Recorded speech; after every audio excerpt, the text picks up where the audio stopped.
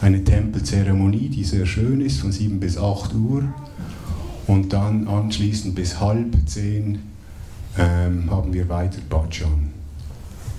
So, first of all, is anyone, die Lecture wird in Englisch sein. Ist jemand, der nicht Englisch versteht, der eine Übersetzung ins Deutsche braucht? You too? Ihr versteht kein Englisch? Ja, etwas. Nicht alles. Okay, dann werden wir hier eine Übersetzung ins Deutsch machen. Schau mal, sonst werde ich es machen, ich weiß nicht. Okay. So everyone else understands English? Okay, wonderful. So, please, Damodar Svarup. He's originally from Latvia. Er ist von Litauen. 2007 he started with the Bhakti progress, with the Bhakti Yoga. 2007 hat er begonnen mit dem Bhakti Yoga. Then I think in 2013 to 2014 he moved to India, where he studied Bhakti Shastri. Dann ist er nach Indien gegangen, dort gelebt und Bhakti Shastri, eine Bhakti Shastri Ausbildung gemacht. Das ist eine Ausbildung in vedischer Philosophie. Then moved to England, started a branch of College of Vedic Studies. Ist dann nach England gezogen und hat dort ein College für vedisches Studium etabliert.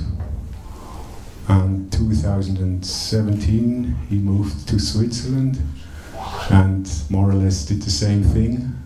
Opened again a branch of Vedic studies, a College of Vedic Studies, and established many Bhakti Yoga communities in Zurich and Basel. And now, from 2024 onwards, he will be taking over the Department of Education of this Krishna Temple in Zurich. Also von 2017 bis heute hat er in Zürich auch das College of Vedic Studies etabliert.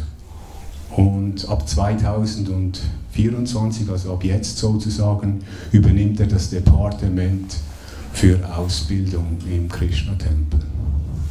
So, the topic is going to be what is real knowledge, is this correct? Das Thema wird sein, was ist wahres Wissen? So, please, Damodar Svarup, the stage is yours. Hare Krishna.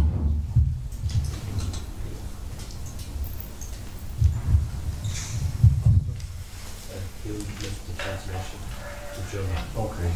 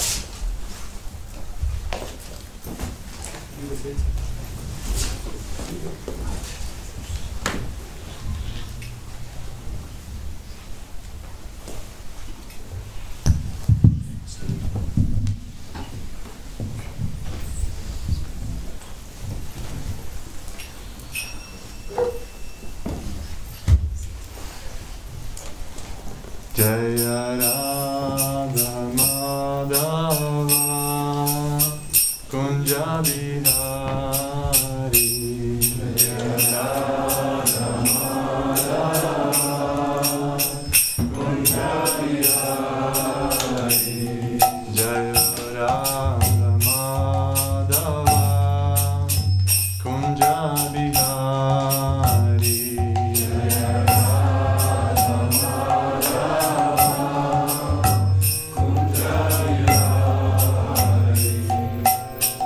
Gopijana Vallabha Girivaradari Gopijana Vallabha Girivaradari Gopijana Vallabha Girivaradari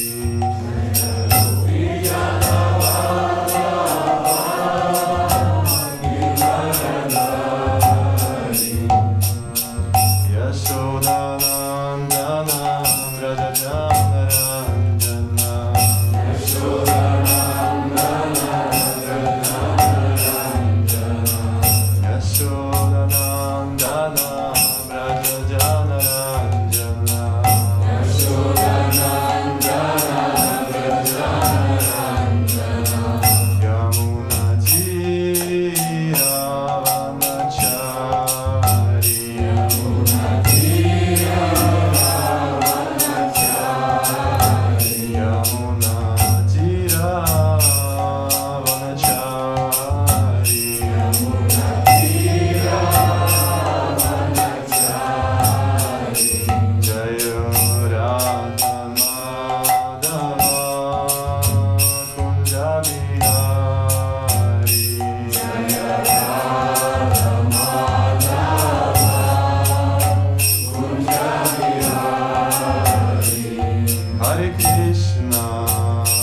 Hare Krishna, Krishna Krishna, Hare Hare, Hare Rama, Hare Rama, Rama Rama, Hare Hare. Hare Krishna, Krishna Krishna, Hare Hare, Hare Rama, Hare Rama,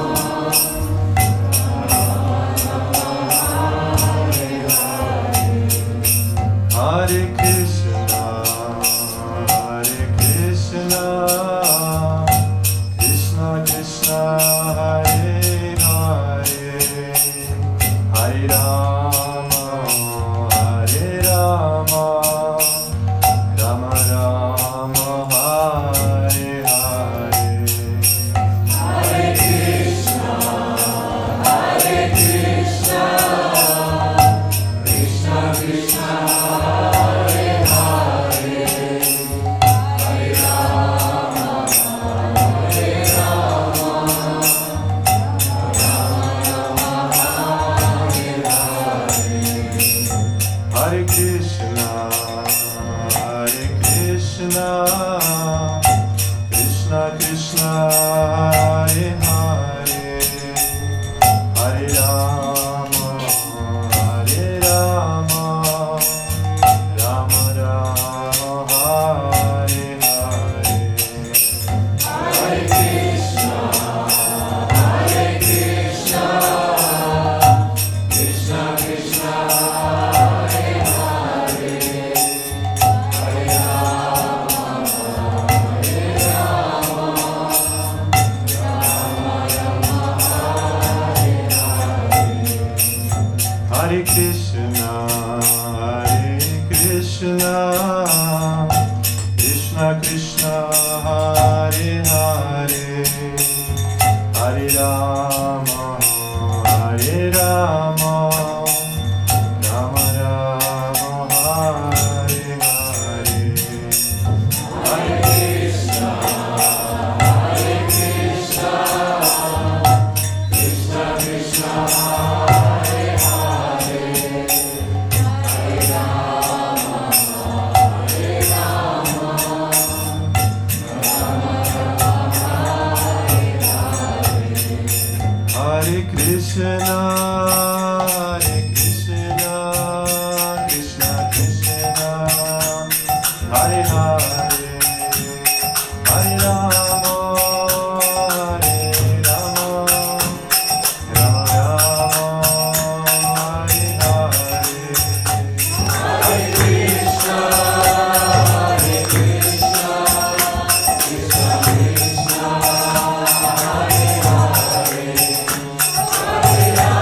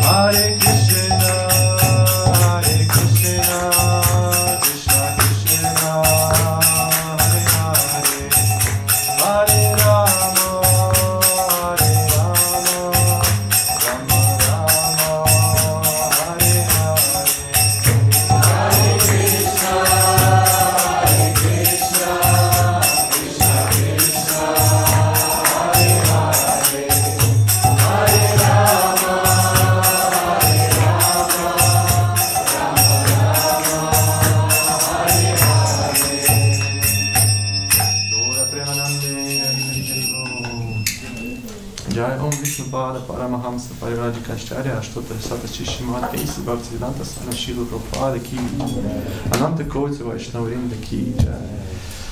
Gaura Premanande, Hari Hari Bol.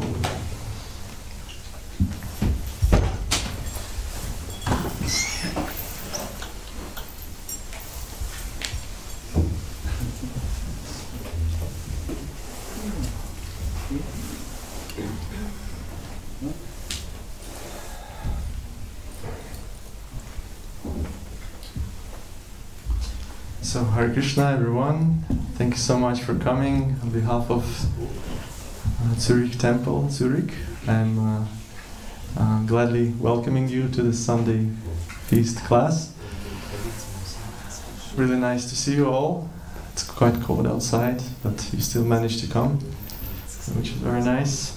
Today we're going to be speaking on the verse from Bhagavad Gita, which is about knowledge.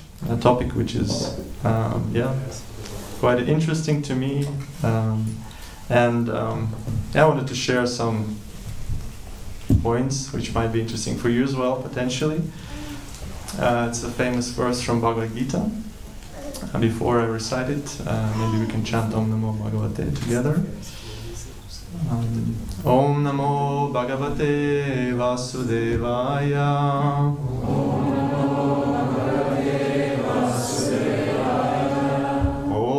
Namo Bhagavate Vasudevaya.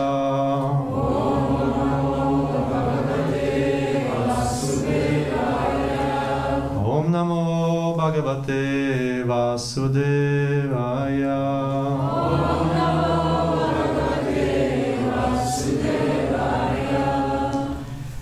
I will read the verse and translation. Rajavidya Rajaguyam Pavitram Idam Uttamam Pratyakshavāgamam Dharmyam Sutsukham Kartum Avyayam. Translation by His Divine Grace A.C. Bhaktivedanta Swami Srila Prabhupada.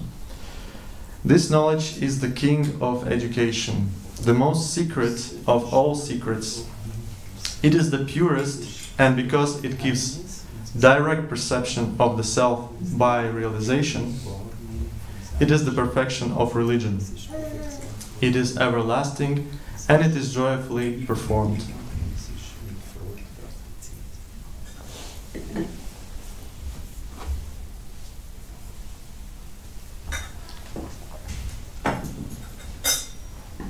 Purport. I will not read the whole purport because it is huge. I'll just read a few paragraphs. This chapter of Bhagavad Gita is called the King of Education because it is the essence of all doctrines and philosophies explained before. Among the principal philosophers in India are the Gautama, Kanada, Kapila, Yajnavalkya, Sandilya, and Vishwanara. And finally, there is Vyasadeva, the author of the Vedanta Sutra. So there is no dearth of knowledge in the field of philosophy or transcendental knowledge. Now the Lord says that this 9th chapter is the king of all such knowledge, the essence of all knowledge that can be derived from the study of the Vedas and different kinds of philosophy. It is the most confidential because confidential or transcendental knowledge involves understanding the difference between the soul and the body. And the king of all confidential knowledge culminates in devotional service. Generally, people are not educated in this confidential knowledge. They are educated in external knowledge. As far as ordinary education is concerned, people are involved with so many departments: politics, sociology, physics, chemistry, mathematics, astronomy, engineering, etc. There are so many departments of knowledge all over the world and many huge universities, but there is unfortunately no university or educational institution where the science of the spirit soul is instructed. Yet, The soul is the most important part of the body. Without the presence of the soul, the body has no value. Still, people are placing great stress on the bodily necessities of life, not caring for the vital soul.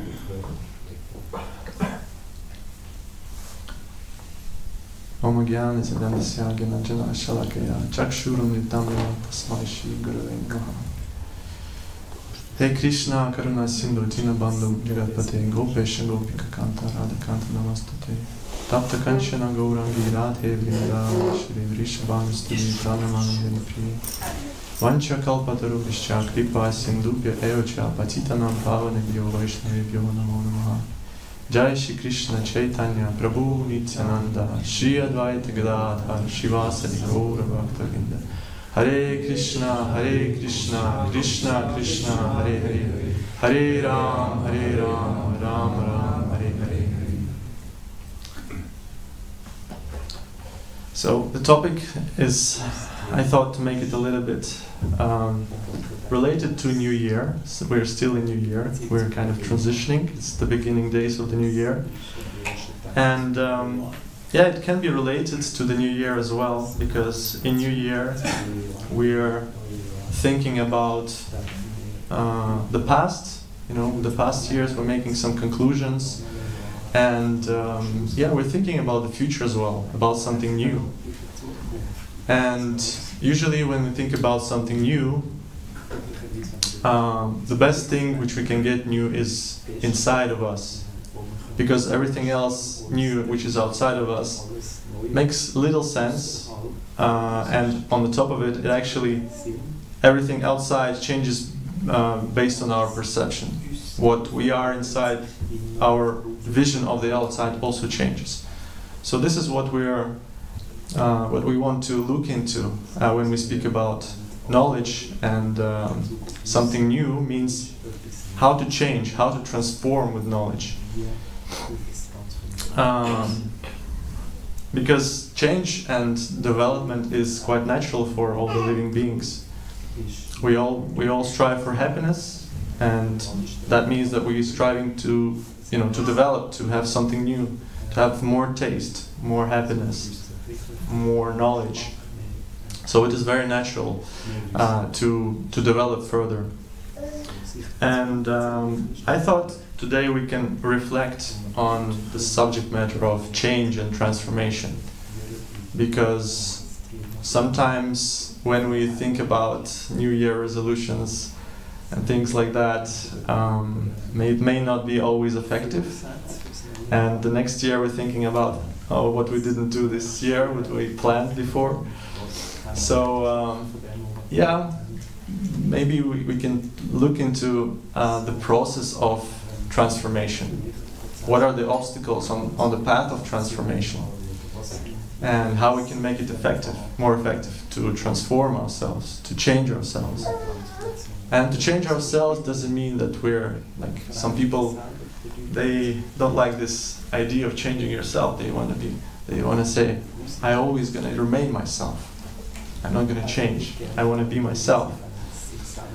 But there's no contradiction actually here, because when we speak about changing, we speak about changing the false identification of ourselves. We're not speaking about changing our true nature, which always remains the same, because we are not this body, we are the spirit soul. So we remain the same, but at the same time we're changing, right? So there's no contradiction in that regard. And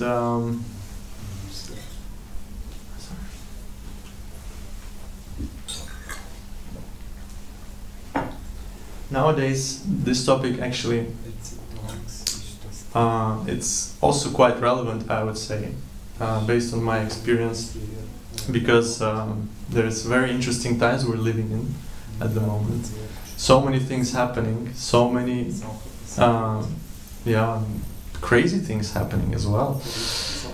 And like wars, pandemics, a lot of information, technological revolutions, artificial intelligence, things like that. So many things.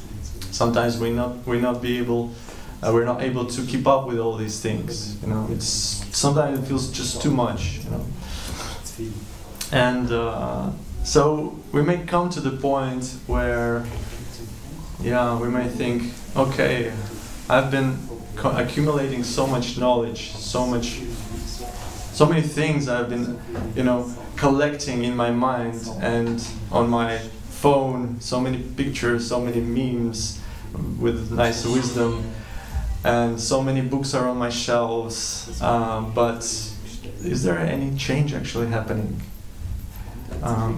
Is there any benefit out of all of this? And we may start wondering, okay, maybe we should revise the way how we see things, you know, how we work on ourselves, if we want to really be effective in that regard. And we can see people are also demanding change. You know, this famous graffiti by Banksy. I don't know if anyone heard about Banksy. Keep your coins, we won't change. I don't know if anyone's seen that. There's a kind of a homeless person. It's portraying a homeless person with a sign, seemingly asking for physical change, like some money, but he actually requires some social change or some change which is more subtle. And so the modern times, they, from their side, they want us to change because so many things happening at the same time, and we also may not be able to keep up. So we have to. So the change may be initiated by the times we're living in, right? But we also want change. The people, the society wants change. Sometimes they're not used to live in the way how we wanted before, or how we lived before, and now it's becoming like really too much with all the speeds and what's going on. So it's initiated by both, from internal and from outside as well. But in order to have the external change, we know that we need the internal change, right? So that's the fundamental change. That because we can create so many political parties, so many systems, but finally, I don't know how much will change if we don't change inside. If the laws that we are creating, the people who are creating these laws or people who vote, they don't change their consciousness, it will be basically the same. Prabhupada called chewing the tube. Basically, you're gonna be in the vicious circle all the time. So the consciousness, there is this saying, there is no solution without spiritual revolution, right? So there has to be some internal revolution going on first, so that we can have some external revolution. And for that, the first step, what we could do is basically to analyze what's happening outside, what's going on. You know, the first instruction that Krishna gives to Arjuna, do you know what it is? Anyone remembers? The very first one in the Bhagavad Gita.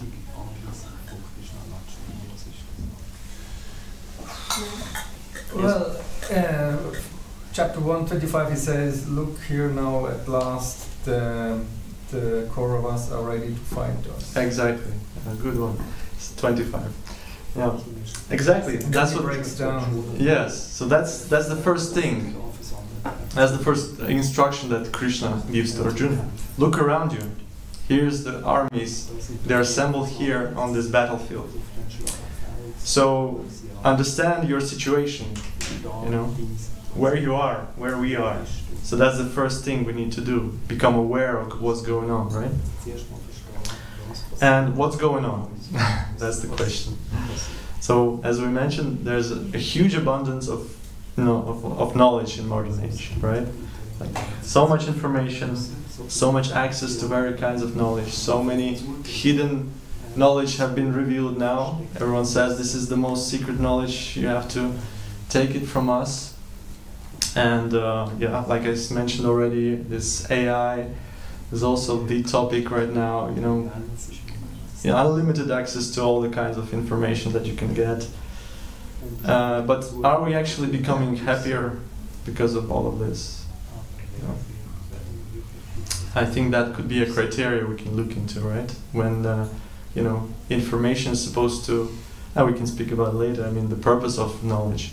But yeah, we're actually people are becoming a little bit more stressed, as my experience shows.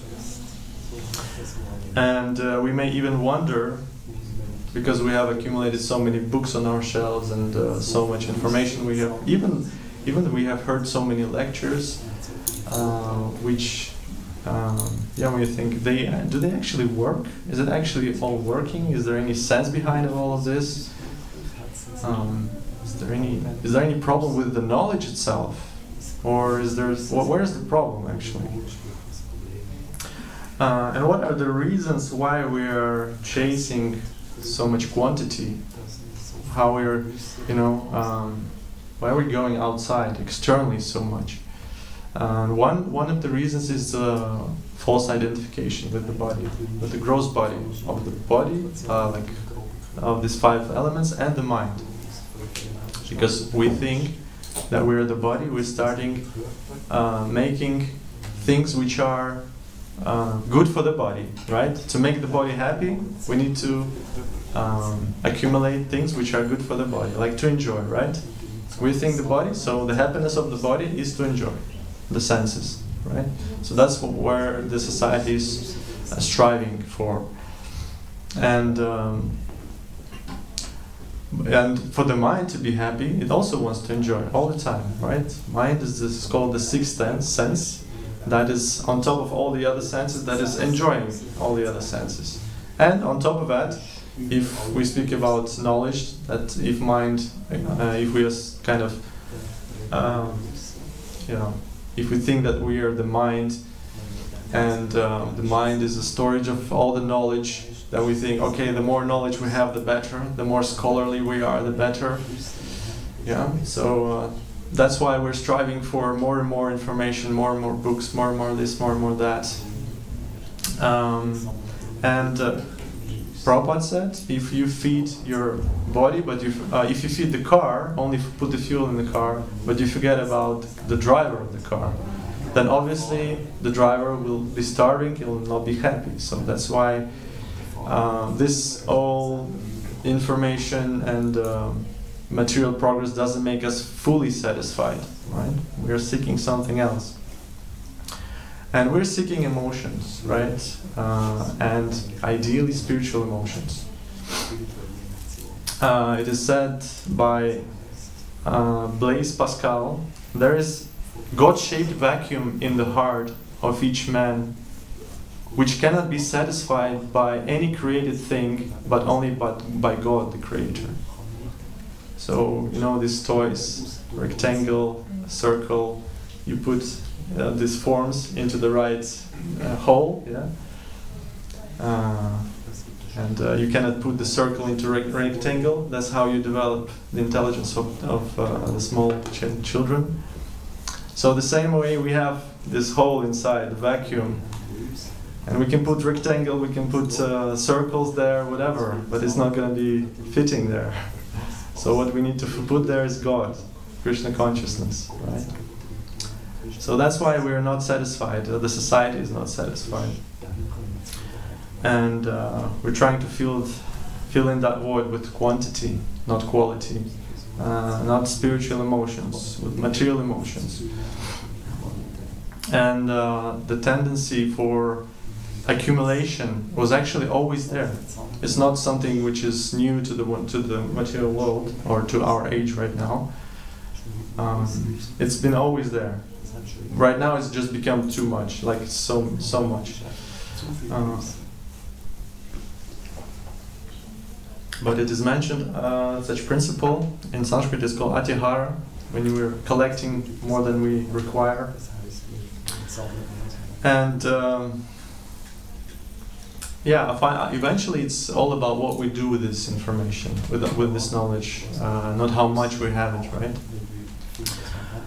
It's even said that about the spiritual literature, if you read too much, of different kinds of books, it also can be detrimental for your spiritual progress.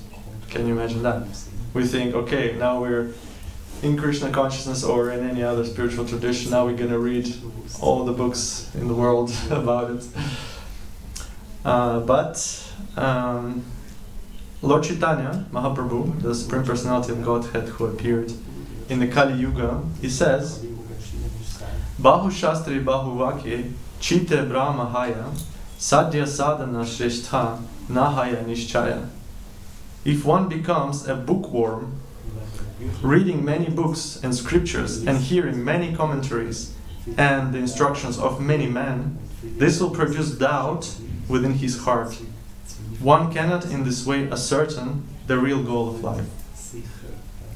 So it's the same principle with spiritual literature as well. So it's not very beneficial to read so many different literatures. Prabhupada in the commentary to this verse, I think, says, or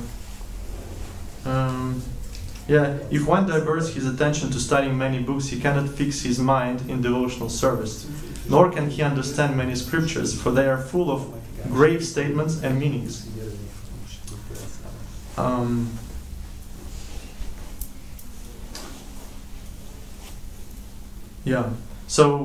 So many different statements are in the scriptures, right? And sometimes they may seem contradicting, and we may feel, okay, what is actually true, that or this, and how do we reconcile this book with that book?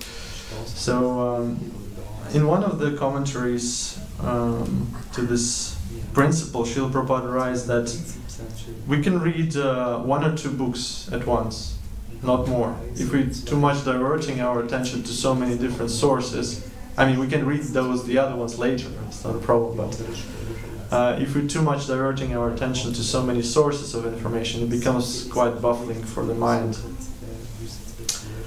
In fact, Shruta Kirti Prabhu, a disciple of Srila Prabhupada, he gives this story very often. He says about this story when Prabhupada told him,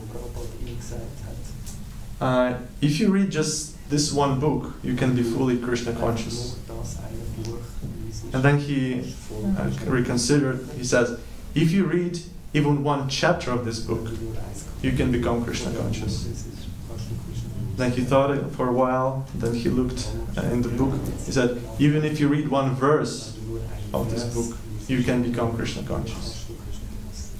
He went further. Even if you read one line of this book, you can become Krishna conscious. And finally, even if you read one word of this book, you can become Krishna conscious. And he said this about 3 different books, at least, to Shruta Kirti Prabhu. He said this about Nectar of Devotion. He said about Bhagavad Gita, and he said about Krishna book. So just by reading one book, one can become Krishna conscious. Or even one chapter, or one verse, or one line, or even one word. It just depends on our ability to transform this knowledge into something spiritual, from external to internal.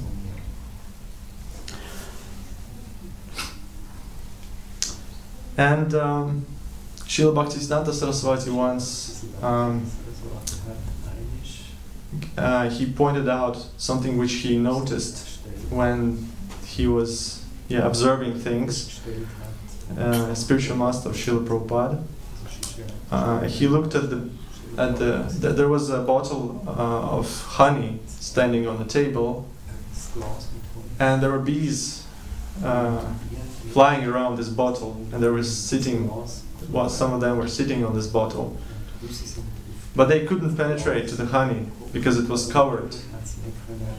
And Srila Bhaktisiddhanta Saraswati, he looked at it and said, just look, it's like we're doing the same sometimes. We're looking at the external things of the knowledge, but we are not actually able to to taste the knowledge, to penetrate it, to go to the internal point of what this knowledge tries to tell us. So we're surfacing on the top layers of information, but we're not actually able to penetrate it, to understand what is it actually trying to tell me. So it's called leaking the bottle honey bottle. And sometimes, yeah, when we're doing like that, it seems a little bit ineffective. Does anyone have any points, any questions so far? Are we good?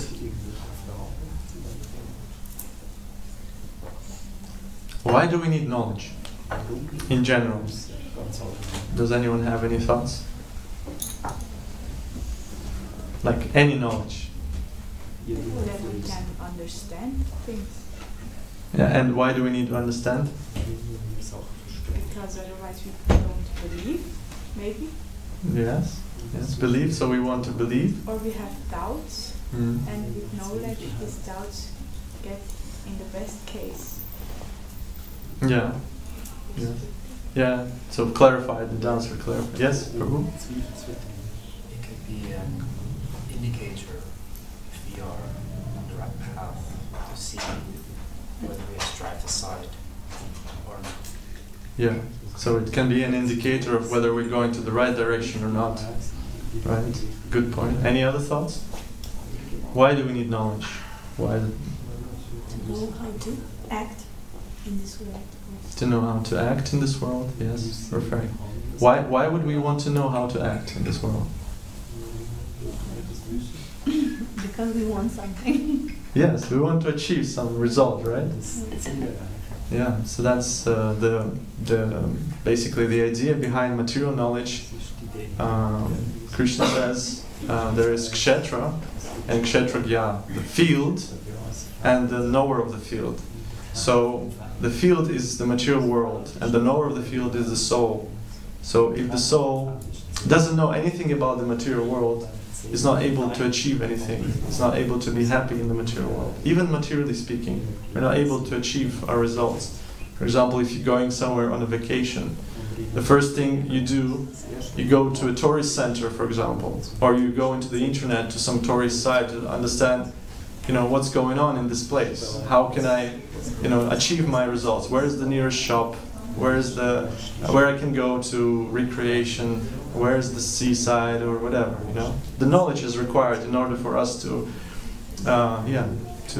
achieve our results, our goals, and be happy, whether it's materially or whether it's spiritually.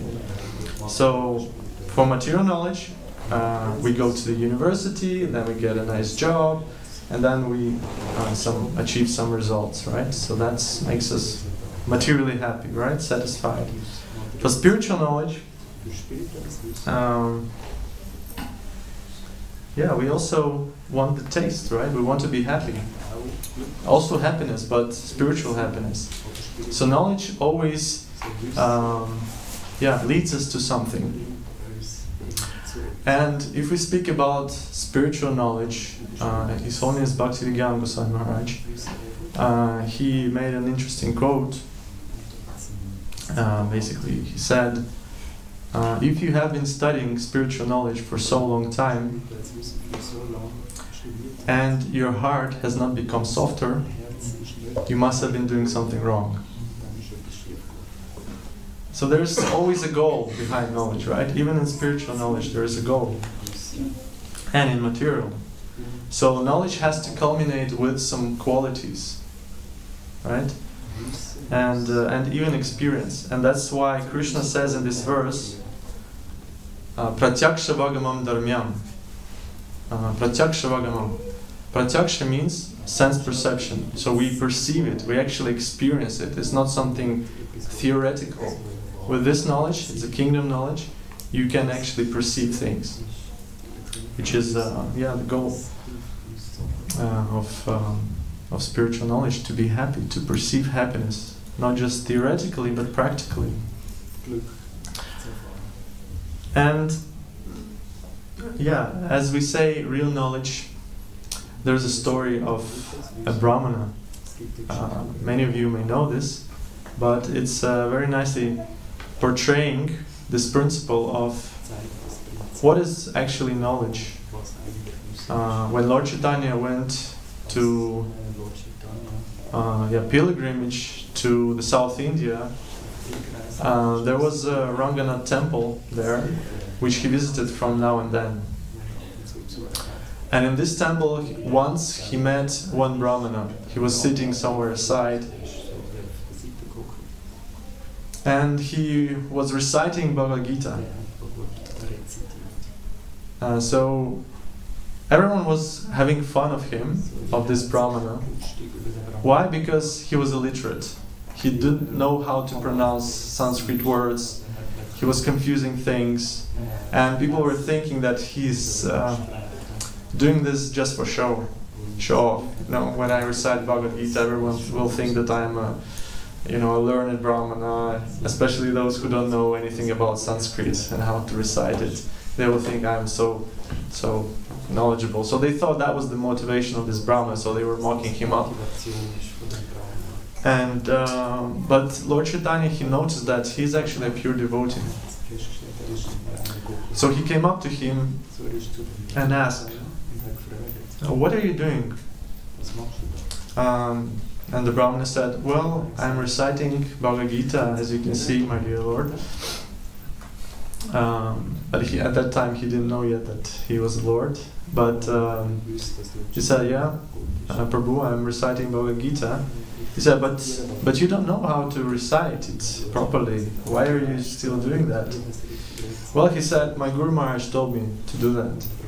And even though I don't know how to recite it completely, I'm still trying to do that." And then Lord Chaitanya went deeper. He asked, he noticed that he's really like a pure devotee, and he asked, "But I noticed that you're sometimes crying while reciting Bhagavad Gita." And he said, "Yes, my dear Prabhu.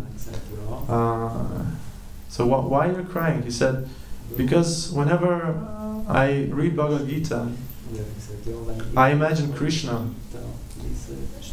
being a charioteer of Arjuna and serving him. So the Lord descends to his devotee to serve him. And this fills my heart, and I cannot stop crying." To which Lord Chaitanya, he was amazed. He said, "You really understood Bhagavad Gita." And he embraced him. So, what can we understand from this story is that all this scholarship, all this Sanskrit knowledge, all these things, of course, they're nice to have. They help. But it's not the final goal of knowledge. The final goal of knowledge is to acquire qualities. Right? It's the goal of knowledge. And what does Krishna say about real knowledge? We can refer to Bhagavad Gita 13:8-12. He gives a very nice list of what knowledge is.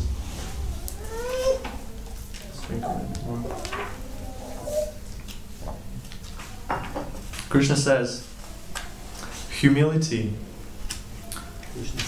pridelessness, non-violence, tolerance, simplicity, approaching a bona fide spiritual master, cleanliness, steadiness, self-control, renunciation of the object of sense gratification, absence of false ego, the perception of evil of birth, death, old age and disease, detachment, freedom from entanglement with children, wife, home and the rest, even-mindedness amid pleasant and unpleasant events, constant and unalloyed devotion to me, aspiring to live in a solitary place, detachment from the general mass of people, accepting the importance of self-realization, and philosophical search for the absolute truth.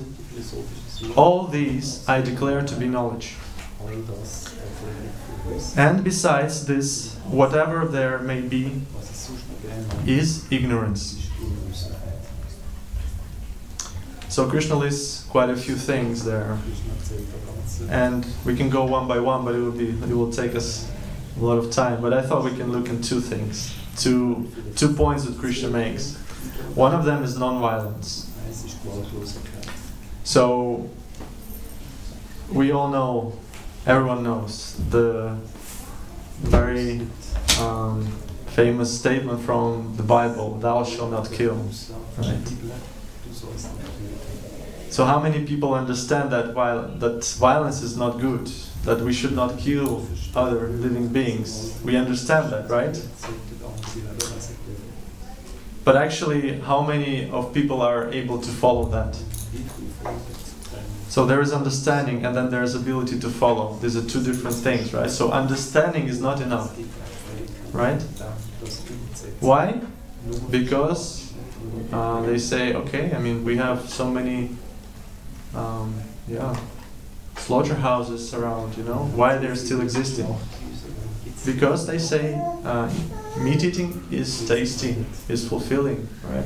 So even though we know that killing is bad, we still keep the slaughterhouses. Why? Because it's tasty, right? So, and Arjuna asks Krishna in Bhagavad Gita 3:36, he asks, "O descendant of Vrishni, by what is one impelled to sinful acts, even unwillingly, as if engaged by force?" So even unwillingly, we're sometimes doing things which are not really beneficial for us. We know that's not very good, but we're still doing that. So what is that for? What is that force? Yes, that's lust, he says. Krishna answers that. That's lust. So understanding, we understand, but still some people cannot do that, right? And the second point is tolerance. So also we understand tolerance is nice, right? Prabhupada even said, one's greatness is estimated by one's ability to tolerate provoking situations. So there are provoking situations, and our ability to tolerate them defines our greatness. Okay, let it sink in. So how much are we able to tolerate? But when the provoking situation comes, are we able to tolerate? Right. So we know tolerance is nice, you know. But how is it working, right, in our lives? So these two points, they portray nicely that there's a difference between understanding and actually knowing. Because knowing means having qualities, actually not doing certain things because you don't want to do them anymore. You're not, I mean, those people who have not eaten meat for a while, they just, when they, actually, we can speak about it later as well, but one point that changes people's minds about slaughterhouses is actually to go to slaughterhouses and to see how things are going on there. You know, and then you can start realizing, you know, that's how things are going on actually, you know. So you don't have enough experience sometimes to understand what's going on there. So actual experience gives us some more, real understanding of things. Yes, so, but those people who have not eaten meat for a while, for them, not eating meat is easy, very easy. And not to do violence. You think, okay, it's fine. I don't want to do that anymore. It's not tasty for me anymore, right? So that means you have acquired some knowledge already. So you have that quality. You don't strive for that anymore. So the problem is distractions and noise that's going on around us, right? So we have so many distractions. We are surfacing on the levels of external knowledge and not able to penetrate so much. And what is the source of this problem? The Shastras say that the source of this problem is karma. Right? So karma. is something that we accumulated since so many lifetimes, and so many impressions, so many samskaras. They create obstacles to us in different forms, like comfort zones. We cannot get out of our comfort zones, our habits.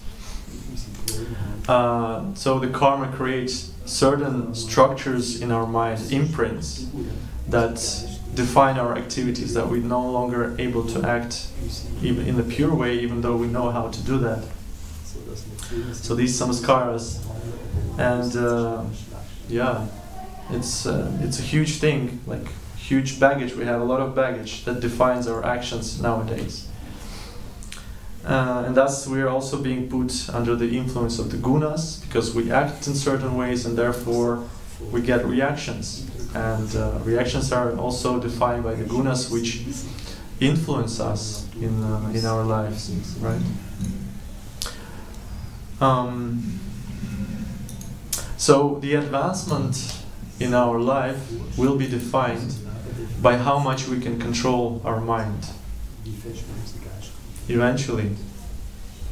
That's how advancement is defined, because mind sometimes is uncontrollable. Body we can still control. I can say, okay, I want to raise my hand, I will raise my hand, right? I want to speak something, my tongue, for example, it follows what I want, right? But if we imagine what's going on in our minds, it's almost like it's sometimes living its own life, It's not under control, Even if we think about, if something gets revealed of what people are thinking about right now among us, some interesting things may appear to us. How much are we digressing actually from what we're hearing, what we're learning? Yes, so the ability to control the mind is defining our advancement in this world. And that's the idea of any yogic practice. How much we can control it. The goal of any yoga is to be able to control the mind, to pacify the mind, to make it still, to make it stable. And with that, we can, when it's like, when the water is still, you can see a reflection of yourself in that water. When the water is with a lot of waves, you can look into that and you cannot see anything. The same with our mind. If it's always like moving around, thinking about different things, disturbed all the time, we cannot understand ourselves, and we cannot even see, and we also cannot see Krishna within our heart. So peaceful mind helps us to see Krishna in our hearts as well. So what is the solution to that? Any yoga practice teaches us to control the mind, and to transform ourselves means to transform our karma. And there are certain things which help to do that. The principle is described in yogic sutras, that in order to make your practice effective, there should be 3 principles. One is duration, that our practice has to be durable. And one time when we're sitting, for example, when we're practicing our yoga meditation, chanting, it should be not disturbed. You should always try to extend it as much as possible, right?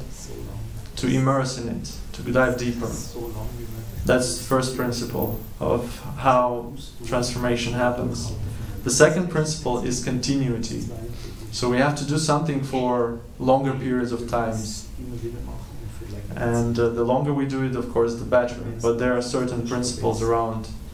If we do nowadays, there's this known fact that if we do something for 40 times, right, it becomes our habits.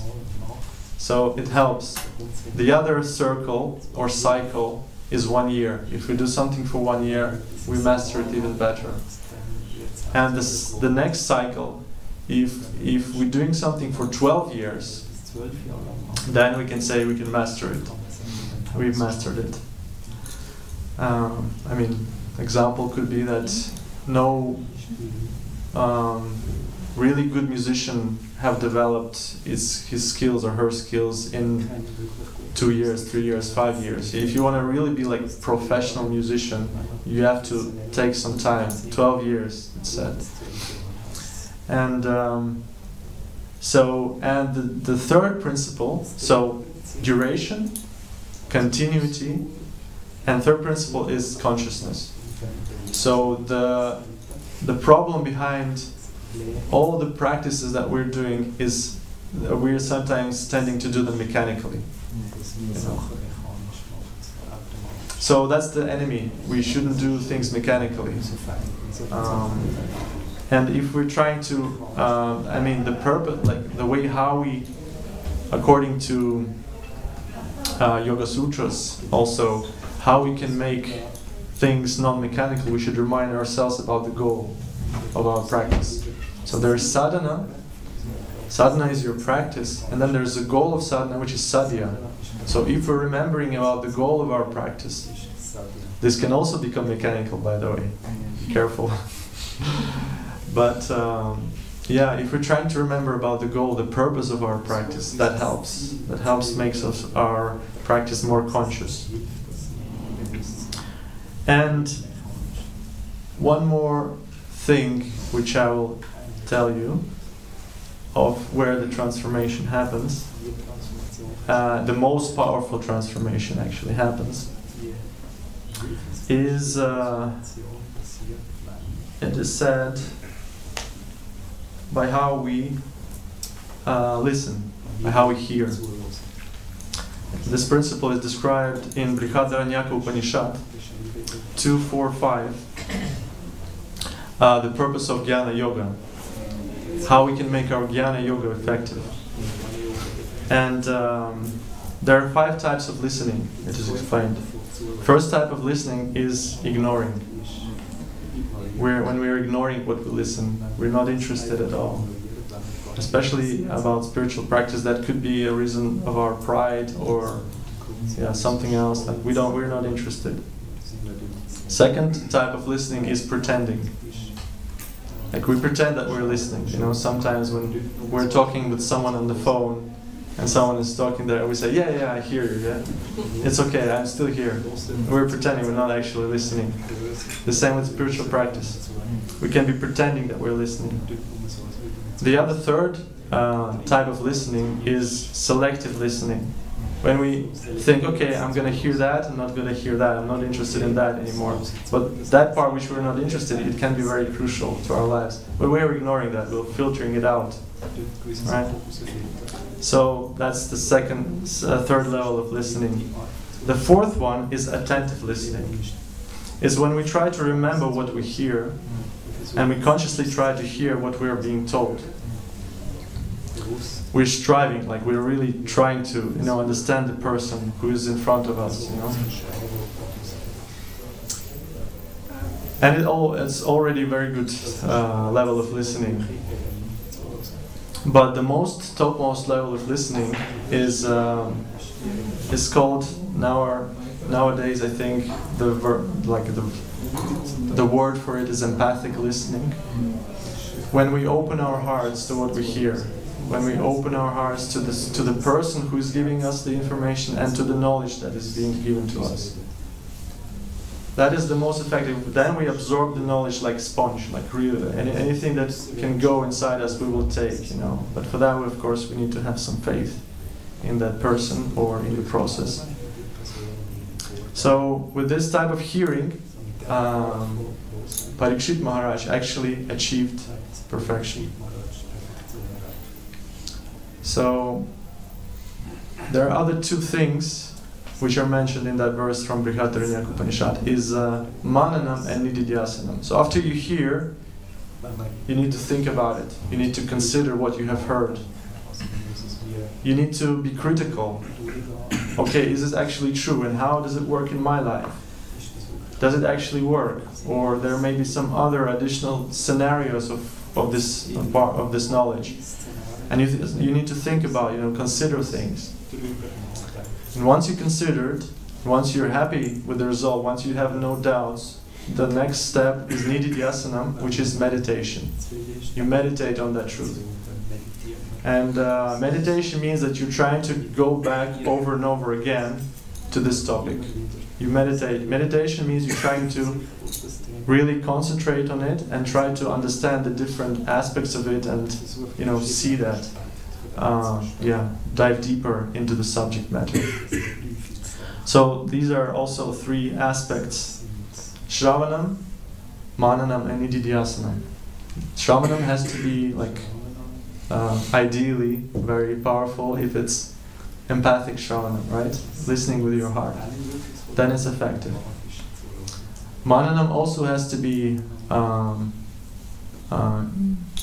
effective. Bhaktivinoda Thakur says there is fruitless reading. There's such a term, he gave such a term, fruitless reading. When we read and it goes in one ear or in one eye and goes out of the other. Like that. So then it's not effective. Fruitive reading means that we're thinking about it. We're considering things. So these are just a few points which can help us transform this knowledge to something real, to qualities. And there are many other things, but I just give you a few points because we're running out of time right now. So I hope that was useful.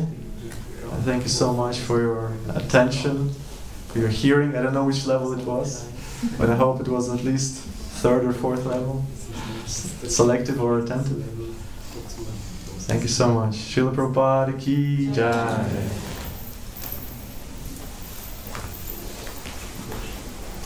Do we have time for questions? Yeah? Okay. Yeah, if anyone has any questions, welcome. Yes, Mataji. You said there are many distractions in the spiritual path, and one of you said family. You have to come over it to be close to the Prabhu or to the God. Mm. But when you're in this world, materialistic world, these are your responsibilities. Yes. It's not me who said that, it's Krishna who said that, actually. So just to a small disclaimer. So I will read it, what he actually said, Rajavidya. No, not Rajavidya, but